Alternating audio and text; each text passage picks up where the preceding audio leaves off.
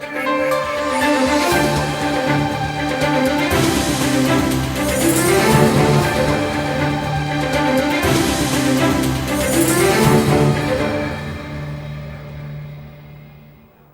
നാട്ടുവാർത്തകൾ ആരംഭിക്കുന്നു. മൂന്നാറിൽ ഹോട്ടലുകളിൽ ഭക്ഷ്യസുരക്ഷാ വകുപ്പിന്റെ റെയ്ഡ്. വൃത്തിഹീനമായ ചുറ്റുപാടിൽ പ്രവർത്തിച്ച 4 ഹോട്ടലുകൾ അടച്ചുപൂട്ടി. മൂന്നാറിൽ പ്രവർത്തിക്കുന്ന ഹോട്ടലുകൾ ശുചിത്വം പാലിക്കുന്നില്ലെന്ന പരാതിയെ തുടർന്നാണ് ദേവികുളം സാമൂഹ്യ ആരോഗ്യ കേന്ദ്രത്തിലെ മെഡിക്കൽ ഓഫീസറുടെ നേതൃത്വത്തിൽ മൂന്നാറിലും പരിസര പ്രദേശങ്ങളിലെയും ഹോട്ടലുകളിൽ പരിശോധന നടത്തിയത്. 15ഓളം സ്ഥാപനങ്ങളിൽ നടന്ന പരിശോധനയിൽ 5 സ്ഥാപനങ്ങൾ മലിനജലം മുതിരപ്പുഴയാറിലേക്ക് ഒഴുക്കുന്നതായി കണ്ടെത്തി. ഇവ അടച്ചുപൂട്ടാൻ നോട്ടീസും നൽകിയിട്ടുണ്ട്. ശ്രീനിവാസ, മഹാറാണി, ശരവണ ബേക്കേഴ്സ്, അമ്മൻ ടീ സ്റ്റാൾ എന്നിവ കൂടാതെ DTPCയുടെ അമ്യൂണിറ്റി സെന്ററും പൂട്ടാൻ ഉത്തരവ് നൽകിയിട്ടുണ്ട്. മൂന്നാറിലെ ജിയോ ബേക്കറിയിൽ നിന്നും നിയമപരമായ മുന്നറിയിപ്പ് ആലേഖനം ചെയ്യാത്ത വിദേശ സിഗരറ്റും പിടികൂടിയിട്ടുണ്ട്. ഇവർക്കെതിരെ പുകയില വിരുദ്ധ നിയമപ്രകാരം കേസ് രജിസ്റ്റർ ചെയ്തു. മൊത്തം 8 സ്ഥാപനങ്ങൾ നമ്മൾ പരിശോധിച്ചു. അതിൽ 3 ഹോട്ടലുകൾക്ക് പൂട്ടാൻ നിർദ്ദേശം കൊടുത്തിട്ടുണ്ട്. അതുപോലെ ഒരു കേസ് കോട്ട്പ ആക്ട് പ്രകാരം ഒരു സിഗരറ്റ് വിൽക്കുന്ന ഒരു കേസെടുത്തിട്ടുണ്ട്. ഇനിയും ഞങ്ങളുടെ പരിശോധന തുടരും. സംസ്ഥാനത്തിന്റെ വിവിധ ഭാഗങ്ങളിൽ കോളറ, അതിസാരം എന്നിവ പടർന്നുപിടിക്കുന്ന പശ്ചാത്തലത്തിലായിരുന്നു ആരോഗ്യവകുപ്പിന്റെ പരിശോധന. മെഡിക്കൽ ഓഫീസർ ഡോക്ടർ അർച്ചനയെ കൂടാതെ health inspector CP Rajan, junior health ഇൻസ്പെക്ടർമാരായ ഉമേഷ്, അരികുമാർ, ശിവാനന്ദൻ, ഷെഫീഖ്, സജീവ്, വിനോദ് തുടങ്ങിയവരും പരിശോധനാ സംഘത്തിലുണ്ടായിരുന്നു. News bureau, Idukki. അന്യസംസ്ഥാന തൊഴിലാളികൾ താമസിക്കുന്ന ഇടങ്ങളിൽ ആരോഗ്യവകുപ്പ് പരിശോധന നടത്തി. വൃത്തിഹീനമായ ചുറ്റുപാടിൽ കഴിയുന്ന തൊഴിലാളികൾക്ക് നോട്ടീസ് നൽകി. കോഴിക്കോട് മാങ്കാവ് മൃഗാശുപത്രിക്ക് സമീപത്തും മിംസ് ആശുപത്രിക്ക് സമീപത്തുമായുള്ള അന്യസംസ്ഥാന തൊഴിലാളികൾ താമസിക്കുന്നിടത്താണ് കോർപ്പറേഷൻ ആരോഗ്യ വിഭാഗം റെയ്ഡ് നടത്തിയത്. പകർച്ചവ്യാധികൾ ഉൾപ്പെടെ പടരുന്ന സാഹചര്യത്തിൽ അന്യസംസ്ഥാന തൊഴിലാളികൾ താമസിക്കുന്നിടത്തെ പരിസരവും മറ്റും പരിശോധിച്ച ശേഷം ആരോഗ്യ വിഭാഗം കാര്യങ്ങൾ വിലയിരുത്തി. തീർത്തും വൃത്തിശൂന്യമായ സാഹചര്യത്തിൽ മാടുകളെ പോലെയാണ് ഇവർ ജീവിക്കുന്നത് എന്നാണ് പരിശോധനയിലെ കണ്ടെത്തൽ. ഏറ്റവും മോശമായ സ്ഥിതിയാണ് ഇപ്പോൾ ഉള്ളത്. യഥാർത്ഥത്തിൽ മാടുകളെ പോലെ ആളുകളെ താമസിപ്പിക്കാം. ഇതര സംസ്ഥാന തൊഴിലാളികളോട് എന്തും നടക്കും എന്നുള്ള നിലപാടിലേക്ക് ഒരു കാരണവശാലും പറ്റില്ല. കോർപ്പറേഷൻ കണിശമായി. തുടർന്ന് ഇവർക്ക് നോട്ടീസും നൽകിയിട്ടുണ്ട്. നോട്ടീസിൽ പറയുന്ന കാര്യങ്ങൾ പാലിച്ചിട്ടില്ലെങ്കിൽ ഉടൻ തന്നെ അവ അടച്ചുപൂട്ടാനാണ് തീരുമാനം. കെട്ടിട നമ്പർ ഇല്ലാത്ത താമസ സ്ഥലം ഉടൻ ഒഴിപ്പിക്കും. കോർപ്പറേഷനിൽ 2 ഇടങ്ങളിൽ നടത്തിയ പരിശോധന ഉടൻ തന്നെ മറ്റിടങ്ങളിലേക്കും വ്യാപിപ്പിക്കാനാണ് തീരുമാനം. News bureau, Kozhikode. മലപ്പുറത്ത് കഴിഞ്ഞ വർഷത്തെ അപേക്ഷിച്ച് ജലജന്യ രോഗങ്ങളുടെ എണ്ണത്തിലും അപകടകരമായ വർധന. 66 പേർക്ക് ഡിഫ്തീരിയയും 4 പേർക്ക് കോളറയും ബാധിച്ച മലപ്പുറത്ത് ടൈഫോയിഡ്, വയറിളക്കം തുടങ്ങിയ രോഗങ്ങളും പടർന്നു പിടിക്കുകയാണ്. ജലജന്യ രോഗങ്ങൾ പടർന്നു പിടിക്കുന്ന ഏപ്രിൽ, മെയ്, ജൂൺ, ജൂലൈ മാസത്തെ കണക്കാണിത്. കഴിഞ്ഞ വർഷം 97 പേർ ചികിത്സ തേടിയ ടൈഫോയിഡ് ഇത്തവണ 336 പേർക്ക് റിപ്പോർട്ട് ചെയ്തു കഴിഞ്ഞു. 28,468 പേർക്കാണ് കഴിഞ്ഞ വർഷം വയറിളക്കം ബാധിച്ചതെങ്കിൽ ഇത്തവണ 29,543 പേർ ഇതിനകം ആശുപത്രിയിലെത്തി. അതായത് 1075 പേർ വർദ്ധിച്ചു. കഴിഞ്ഞ വർഷം ഒരാളിൽ കണ്ട കോളറ ഇത്തവണ 4 പേരായി ഉയർന്നു. കോളറ 2 പേരുടെ ജീവനുമെടുത്തു. 2 പേരിൽ കണ്ട ഡിഫ്തീരിയ 66 ആയി. 181 പേരിൽ കണ്ട മഞ്ഞപ്പിത്തം ഇത്തവണ 164 പേർക്കാണ് പിടിപെട്ടത്. ജില്ലയിലെ ആരോഗ്യരംഗം അപകടകരമായ സ്ഥിതിയിലെന്ന് ചുരുക്കം. കാരണമാവട്ടെ പ്രതിരോധ കുത്തിവയ്പ്പുകളോടുള്ള വിമുഖതയും പ്രതിരോധ പ്രവർത്തനങ്ങളും ബോധവൽക്കരണവും ആരോഗ്യവകുപ്പ് ഊർജിതമാക്കിയിട്ടുണ്ട്. ജനങ്ങളെ ബോധവൽക്കരിച്ചുകൊണ്ട് എല്ലാവർക്കും കുത്തിവയ്പ്പ് എടുക്കുക കുട്ടികൾക്ക് എന്നുള്ളതാണ് ഉദ്ദേശം. ഈ ഡിഫ്തീരിയ റിപ്പോർട്ട് ചെയ്തിട്ടുള്ള സ്ഥലത്ത് നമ്മൾ പ്രത്യേകിച്ച് ശ്രദ്ധ കൊടുക്കേണ്ടതായിട്ടുണ്ട്. ഏതെങ്കിലും ഒരാൾക്ക് ഡിഫ്തീരിയ സ്ഥിരീകരിച്ചു കഴിഞ്ഞാൽ ആ വീടിന്റെ പരിസരത്തുള്ള 100 വീടുകളിലുള്ള ആളുകൾക്ക് വാക്സിനേഷൻ വേണം എന്നുള്ളതാണ് കാണുന്നത്. 4.5 ലക്ഷം ഡോസ് പ്രതിരോധ വാക്സിനുകൾ ഇതിനകം ജില്ലയിൽ നൽകി കഴിഞ്ഞു. KT Salih, Malappuram. School, college തലത്തിലുള്ള പെൺകുട്ടികൾക്ക് സഹായമായി വെൻഡിംഗ് മെഷീൻ. ആർത്തവ സമയത്ത് പെൺകുട്ടികൾക്ക് വേണ്ട നാപ്കിൻ പാഡുകൾ ഇനി സ്കൂളുകളിൽ തന്നെ ലഭിക്കും. ചേർത്തലയിലുള്ള ഒരു കൂട്ടം വിദ്യാർത്ഥികളാണ് പുതിയ ഉപകരണവുമായി രംഗത്ത് വന്നിരിക്കുന്നത്. തണ്ണീർമുക്കത്തുള്ള വേറെവർ ഹൈജീൻ എന്ന പേരിൽ ഒരുപറ്റം വിദ്യാർത്ഥികളാണ് പുതിയ സംരംഭവുമായി രംഗത്ത് വന്നിരിക്കുന്നത്. ആർത്തവ സമയത്ത് പെൺകുട്ടികൾ അനുഭവിക്കുന്ന ബുദ്ധിമുട്ടുകൾ നീക്കം ചെയ്യുകയാണ് ഇവരുടെ ലക്ഷ്യം. ഈ സമയത്ത് നാപ്കിൻ പാഡ് കടകളിൽ ചെന്ന് വാങ്ങുക എന്നത് പെൺകുട്ടികൾക്ക് ഏറെ ബുദ്ധിമുട്ടുണ്ടാക്കുന്നതാണ്. ഇത് പരിഹരിക്കുന്നതിനായാണ് സ്കൂൾ കോളേജ് തലത്തിൽ 5 രൂപ കോയിനിട്ട് കുട്ടികൾക്ക് ആവശ്യത്തിനുള്ള പാടുകൾ ലഭ്യമാക്കാനുള്ള സംവിധാനം ഒരുക്കിയിരിക്കുന്നത്. കോർഡിനേറ്റർ മിഥുൻ ഷാ.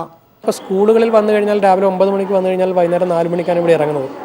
അപ്പോൾ അതിൻ്റെ അകത്തുനിന്ന് പുറത്തിറങ്ങി ഇപ്പം പെട്ടെന്നൊരു ആവശ്യം വന്നാൽ പുറത്തിറങ്ങി മേടിക്കാനുള്ള ബുദ്ധിമുട്ട് ഇവർക്കുണ്ട്. അപ്പോൾ ഇതാകുമ്പോഴുള്ള ഗുണം എന്ന് വെച്ച് കഴിഞ്ഞാൽ ഇവർക്ക് ആവശ്യമുള്ള സാധനം ഇവർക്ക് കോയിനിട്ട് ഇവരുടെ റെസ്റ്റിംഗ് പ്ലേസിലോ ബാത്റൂമിലോ ഒക്കെ നമ്മൾ സ്ഥാപിക്കുന്നത്. അവർക്ക് അവിടുന്ന് തന്നെ അവരുടെ ഇഷ്ടത്തിനനുസരിച്ച് സാധനം എടുക്കാൻ പറ്റും. ഒരാളുടെയും സഹായം വേണ്ടി വരത്തില്ല. പെൺകുട്ടികൾ പഠിക്കുന്ന സ്കൂളുകളിൽ ഇത് ഏറെ പ്രയോജനകരമാണെന്നാണ് അധ്യാപികമാർ പറയുന്നത്. അപ്പോൾ ഇതിവിടെ ഇപ്പോൾ വെച്ചിരിക്കുന്ന കാരണം പിള്ളേർക്ക് ബുദ്ധിമുട്ടില്ലാതെ അവരുടെ കാര്യം കുഞ്ഞുങ്ങൾക്കാണെങ്കിലും ഒന്ന് പറയുന്ന ഒരു ചമ്മൽ ഒഴിവാക്കിക്കൊണ്ട് അവരുടെ കാര്യങ്ങൾ കൃത്യമായിട്ട് ചെയ്യാൻ പറ്റുന്നുണ്ട്. അത് വളരെ ഒരു ഉപയോഗപ്രദമാണ് ഇത് ശരിക്കും പറഞ്ഞാൽ. കുഞ്ഞുങ്ങളുടെ ഹെസിറ്റേഷൻ മാറി കിട്ടും. നമ്മളിങ്ങനെ ഒരു ഉപകരണം വയ്ക്കുന്നതുകൊണ്ട് ഒരുപാട് സന്തോഷമായി ഞങ്ങൾക്കിത് കിട്ടിയതിൽ. ഓരോ സ്കൂളിലും പാഡുകൾ തീരുന്ന മുറയ്ക്ക് ഇത് നിറയ്ക്കുന്നതിന് കുട്ടികളെ ചുമതലപ്പെടുത്തിയിട്ടുണ്ട്. ഇതിൽ നിന്ന് ലഭിക്കുന്ന വരുമാനത്തിൻ്റെ ഒരു ഭാഗം വിദ്യാർത്ഥികൾക്ക് പഠനോപകരണങ്ങൾ വിതരണം ചെയ്യുന്നതിനാണ് സംഘടന ചിലവഴിക്കുന്നത്. വരും ദിവസങ്ങളിൽ സ്ത്രീകൾ കൂടുതലായി എത്തുന്ന ബസ് സ്റ്റേഷനും റെയിൽവേ സ്റ്റേഷനും അടക്കം ഈ യന്ത്രം പ്രാവർത്തികമാക്കാനാണ് സംഘടന ലക്ഷ്യം വയ്ക്കുന്നത്. Shajahan, news bureau, Alappuzha.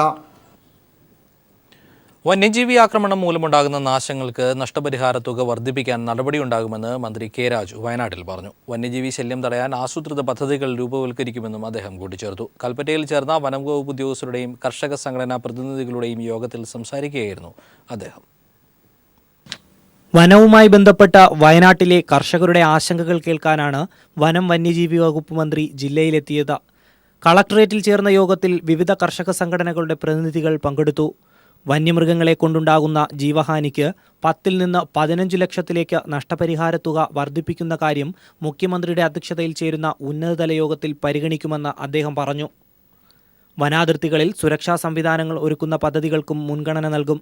ഇവിടെ നിർമ്മാണ പ്രവർത്തനങ്ങൾ നടത്തി വരുന്ന ഫെൻസിങ്ങിൻ്റെയും സോളാർ ഫെൻസിങ്ങിൻ്റെ അതുപോലെ തന്നെ വേലി കെട്ടുന്നതുമായി ബന്ധപ്പെട്ടും ഒക്കെ നടന്നു വരുന്ന പ്രവർത്തനങ്ങൾക്ക് വളരെ ആക്കം കൂട്ടി പെട്ടെന്ന് നടത്തുന്നതിനാവശ്യമായിട്ടുള്ള തീരുമാനമെടുത്തിട്ടുണ്ട്. അതുപോലെ തന്നെ ഇവിടെ ഉയർന്നു വന്ന മറ്റൊരു പ്രധാനപ്പെട്ട ആവശ്യം റെയിൽ പാളം വെച്ച് ഉള്ള വേലി നിർമ്മാണം ആവശ്യമുണ്ട് എന്ന് പറയുകയുണ്ടായി. അങ്ങനെ ആ നിർദ്ദേശങ്ങൾ കൂടെ മുഖ്യമന്ത്രിയുടെ സാന്നിധ്യത്തിൽ കൂടുന്ന ഉന്നതതല യോഗത്തിൽ ചർച്ച ചെയ്ത് കഴിയുന്നിടത്തോളം തീരുമാനങ്ങൾ എടുക്കുന്നതിനെ സംബന്ധിച്ചാണ് ഇന്ന് മുഖ്യമായും ആലോചിച്ചിട്ടുള്ളത്. വനം വകുപ്പിനെ ശക്തിപ്പെടുത്താനായി ആധുനിക ഉപകരണങ്ങളും സൗകര്യങ്ങളും നൽകും.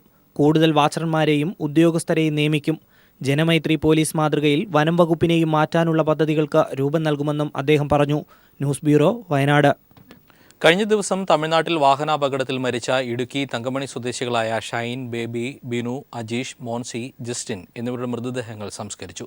സർക്കാർ പ്രതിനിധിയായി മന്ത്രി കടന്നപ്പള്ളി രാമചന്ദ്രൻ റീത്ത് സമർപ്പിച്ചു. അടുത്ത മന്ത്രിസഭാ യോഗ ചർച്ചയ്ക്ക് ശേഷം മരിച്ചവരുടെ കുടുംബത്തിന് ചെയ്യാൻ കഴിയുന്ന സഹായങ്ങൾ ചെയ്യുമെന്ന് മന്ത്രി പറഞ്ഞു.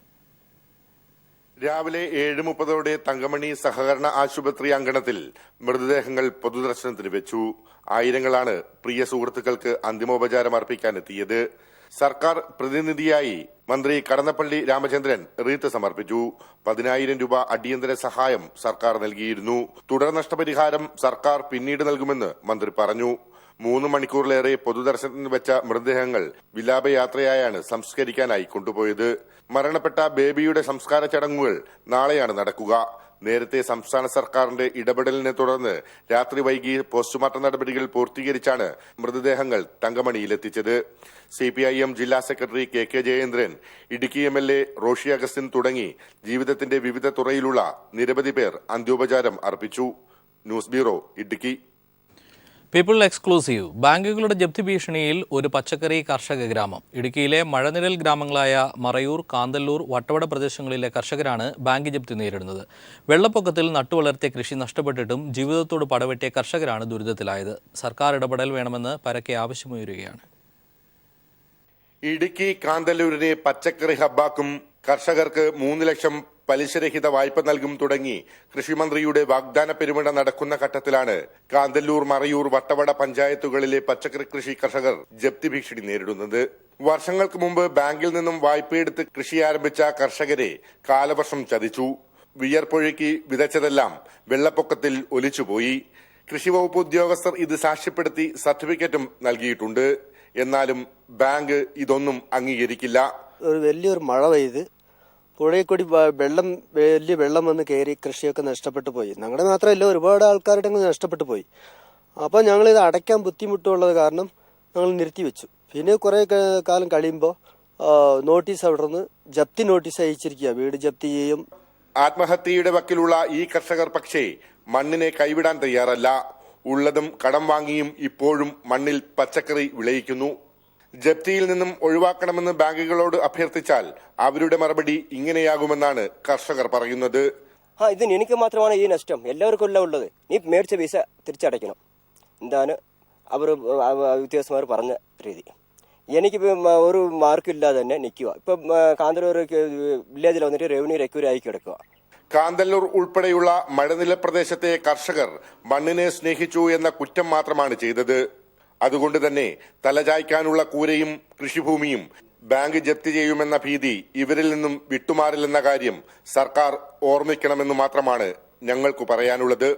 ക്യാമറമാൻ ദിലീപ് ഗോപിക്കൊപ്പം ലെസ്ലി ജോൺ, ഇടുക്കി. 100 പൊതുവിദ്യാലയങ്ങൾ ഏറ്റെടുത്ത് മെച്ചപ്പെടുത്തുന്ന പദ്ധതിയുമായി അധ്യാപക സംഘടന. ഓൾ കേരള സ്കൂൾ ടീച്ചേഴ്സ് യൂണിയനാണ് മുന്നേറ്റം എന്ന പദ്ധതിയിലൂടെ അടച്ചുപൂട്ടൽ ഭീഷണി നേരിടുന്ന സ്കൂളുകൾ ഏറ്റെടുക്കുന്നത്. പദ്ധതിയുടെ ഉദ്ഘാടനം മുഖ്യമന്ത്രി പിണറായി വിജയൻ തിരുവനന്തപുരത്ത് നിർവഹിച്ചു.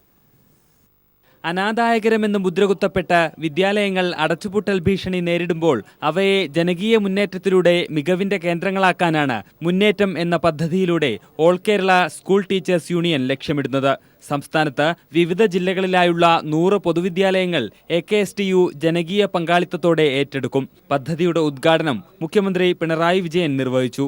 ലാഭകരമല്ലാത്ത വിദ്യാഭ്യാസം എന്നത് തന്നെ അപകടകരമായ ഒരു പ്രയോഗമാണ്. അത്തരമൊന്ന് നമ്മുടെ ഇടയിൽ വ്യാപിച്ചു എന്നത് സ്വാഭാവികമായും ആശങ്കയുണ്ടാക്കുന്ന ഒരു കാര്യമാണ്. കാര്യക്ഷമതയും പ്രതിബദ്ധതയുമുള്ള പുതിയ തലമുറയാണ് വിദ്യാഭ്യാസത്തിലൂടെ ഉയർന്നു വരേണ്ടത്. അപ്പോൾ ലാഭം വല്ലതും ഉണ്ടെങ്കിൽ ഇതാണ് ലാഭം. കുട്ടികളുടെ എണ്ണം കുറവായതിനാൽ അനാദായകരമെന്ന പട്ടികയിൽ ഉൾപ്പെട്ട സ്കൂളുകളെ മികവിലെത്തിക്കുന്നതിൽ പ്രഥമ കടമ അധ്യാപകർക്കാണെന്ന സന്ദേശം ഉൾക്കൊണ്ടാണ് പദ്ധതി നടപ്പാക്കുക. രക്ഷിതാക്കളെ ബോധവൽക്കരിക്കാനുള്ള പ്രവർത്തനങ്ങളും AKSTU നടത്തിവരുന്നു. News bureau, Thiruvananthapuram. കേരളത്തിൽ നടപ്പാക്കുന്ന അതിവേഗ റെയിൽപാത പദ്ധതിയിൽ കാസർഗോഡ് ജില്ലയെ ഉൾപ്പെടുത്താത്തതിൽ വ്യാപക പ്രതിഷേധം. കാസർഗോഡ് ജില്ലയെ കൂടി ഉൾപ്പെടുത്തി പദ്ധതി മംഗലാപുരം വരെ ദീർഘിപ്പിക്കണമെന്നാവശ്യപ്പെട്ട് ഇടപെടലും പ്രചാരണവും സംഘടിപ്പിക്കാൻ കാസർഗോഡ് പ്രസ് ക്ലബ്ബിൽ ചേർന്ന വിവിധ രാഷ്ട്രീയ ബഹുജന സംഘടനകളുടെ സംയുക്ത യോഗം ആക്ഷൻ കമ്മിറ്റി രൂപീകരിച്ച് തീരുമാനിച്ചു. പദ്ധതിയുടെ പ്രാരംഭ പ്രവർത്തനങ്ങൾക്ക് LDF സർക്കാരിന്റെ പ്രഥമ ബജറ്റിൽ പണം വകകൊള്ളിച്ചിട്ടുണ്ട്.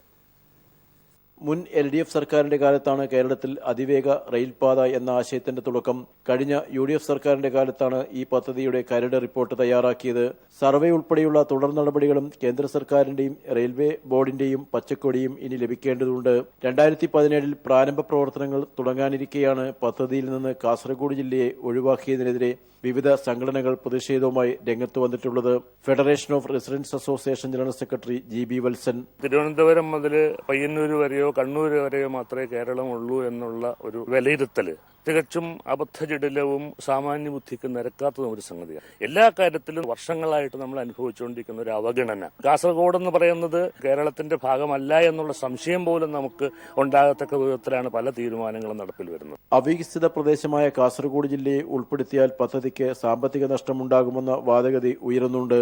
ഒന്നാം ഘട്ടത്തിൽ തിരുവനന്തപുരം മുതൽ എറണാകുളം വരെയും തുടർന്ന് കോഴിക്കോട്, കണ്ണൂർ എന്നിവിടങ്ങളിലേക്കും അതിവേഗപാത ദീർഘിപ്പിക്കുന്ന നിലയിലാണ് കരട് റിപ്പോർട്ട് തയ്യാറാക്കിയിട്ടുള്ളത്. പദ്ധതിയിൽ നിന്ന് കാസർഗോഡ് ജില്ലയെ മാറ്റി നിർത്തുന്നതിനെതിരെ സാമൂഹ്യ മാധ്യമങ്ങളിലൂടെ വലിയ പ്രതിഷേധമാണ് ഉയരുന്നത്. News bureau, Kasaragod. നാട്ടുകാർക്കും പരിസരവാസികൾക്കും ഭീഷണി ഉയർത്തി റെയിൽവേയുടെ പ്ലാസ്റ്റിക് കത്തിക്കൽ. പരാതിപ്പെട്ടിട്ടും അനുകൂല നടപടിയെടുക്കാത്ത റെയിൽവേ നിലപാടിനെതിരെ പ്രക്ഷോഭത്തിനൊരുങ്ങുകയാണ് നാട്ടുകാർ.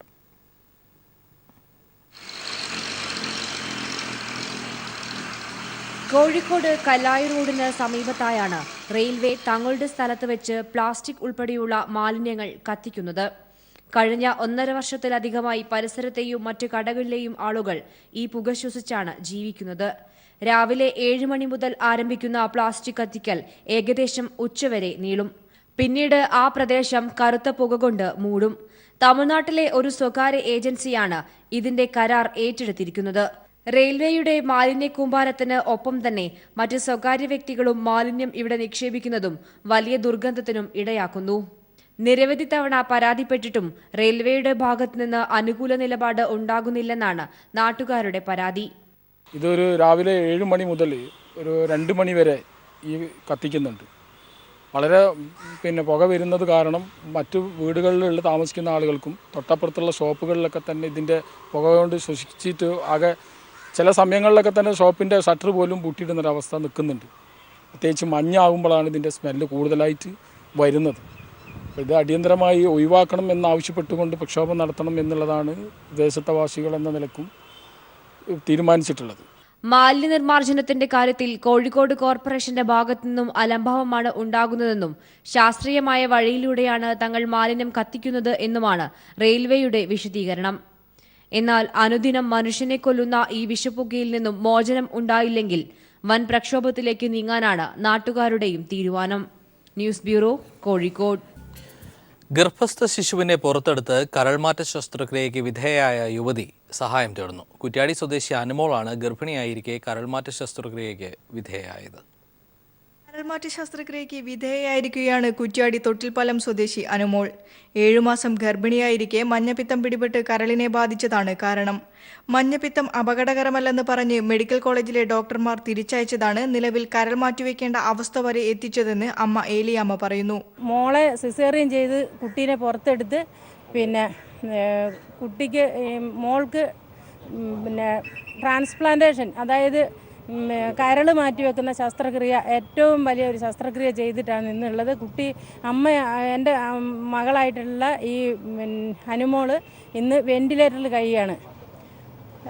ആ കുട്ടി അനുമോളുടെ അത്രയും ജോണ്ടിസ് ആ ബേബിക്കും പിടിപെട്ടിട്ടുണ്ട്. അപ്പോൾ ബേബി ICUയിൽ കഴിയുന്നു. ഈ ട്രാൻസ്പ്ലാന്റേഷൻ നടത്താനുള്ള ഡോണർ എൻ്റെ മോളുടെ ഭർത്താവ് തന്നെയാണ്. ഭർത്താവ് സുഭാഷിന്റെ കരളാണ് അനുമോൾക്ക് മാറ്റിവെച്ചത്. വെന്റിലേറ്ററിന്റെ സഹായത്തോടെ കഴിയുന്ന ഇരുവരും അപകടനില തരണം ചെയ്തിട്ടില്ല. മാസം തികയാതെ ശസ്ത്രക്രിയയിലൂടെ പുറത്തെടുത്ത കുഞ്ഞും ICUവിലാണ്. അമ്മയിൽ നിന്ന് ഗർഭാവസ്ഥയിൽ രോഗം പകർന്നതിനാൽ രക്തം മാറ്റി ശരീരത്തിൽ കയറ്റുന്ന അവസ്ഥയിലാണ് കുഞ്ഞ്. 50 ലക്ഷം രൂപ ചിലവിലാണ് ശസ്ത്രക്രിയ നടത്തിയത്. ദിനംപ്രതി ചികിത്സയ്ക്കായി 1 ലക്ഷത്തോളം രൂപ ചിലവ് വരും. ഒരു കുടുംബത്തിലെ 3 പേർ അത്യാസന്ന നിലയിൽ ആശുപത്രിയിലായതിനാൽ നിസ്സഹായരായി സുമനസ്സുകളുടെ സഹായം തേടുകയാണ് ഈ കുടുംബം. ഈ കുടുംബത്തിനെ സാമ്പത്തികമായി സഹായിക്കാൻ ആഗ്രഹിക്കുന്നവർക്ക് 9048277023 എന്ന നമ്പറിൽ ബന്ധപ്പെടാം. News bureau, Kozhikode. യുവാക്കൾ ഭീകരവാദ സംഘടനകളിൽ ആകർഷകരാകുന്നത് തടയണമെന്ന് കാർഗിൽ രക്തസാക്ഷി ക്യാപ്റ്റൻ വിക്രമിന്റെ പിതാവ്. വർഗീയതയെ ചെറുക്കണമെന്നും ലഫ്റ്റനന്റ് കേണൽ PKVP പണിക്കർ 17ാമത് കാർഗിൽ വിജയദിനാഘോഷ പരിപാടിയിൽ പങ്കെടുത്ത് സംസാരിക്കുകയായിരുന്നു അദ്ദേഹം. ഭീകരവാദ സംഘടനകളിലേക്ക് യുവാക്കളെ ആകൃഷ്ടരാക്കുന്നത് തടയേണ്ടതാണ്. വർഗീയതയെ ചെറുത്ത് ഇന്ത്യയുടെ അഖണ്ഡതയ്ക്ക് വേണ്ടിയാണ് യുവാക്കൾ പ്രവർത്തിക്കേണ്ടതെന്ന് കാർഗിൽ രക്തസാക്ഷി ക്യാപ്റ്റൻ വിക്രമിന്റെ പിതാവ് ലഫ്റ്റനന്റ് കേണൽ PKPV പണിക്കർ പറഞ്ഞു. That is absolutely ridiculous to see that. See now, I have to say the public also the responsibility, because they are not watching correctly, they are not guiding, they are not giving information to the concerned that this thing is happening. Captain വിക്രമിന്റെ വീട്ടിൽ നടന്ന കാർഗിൽ വിജയദിനാഘോഷത്തിൽ പിതാവ് lieutenant colonel PKPV Panicker captain വിക്രമിന്റെ സ്മൃതി കുടീരത്തിൽ പുഷ്പാർച്ചന നടത്തി. പൂർവ്വ സൈനിക സേവാ പ്രവർത്തകരും NCC കേഡറ്റുകളും ക്യാപ്റ്റൻ വിക്രമിന് ആദരമർപ്പിച്ചു. News bureau, Kozhikode.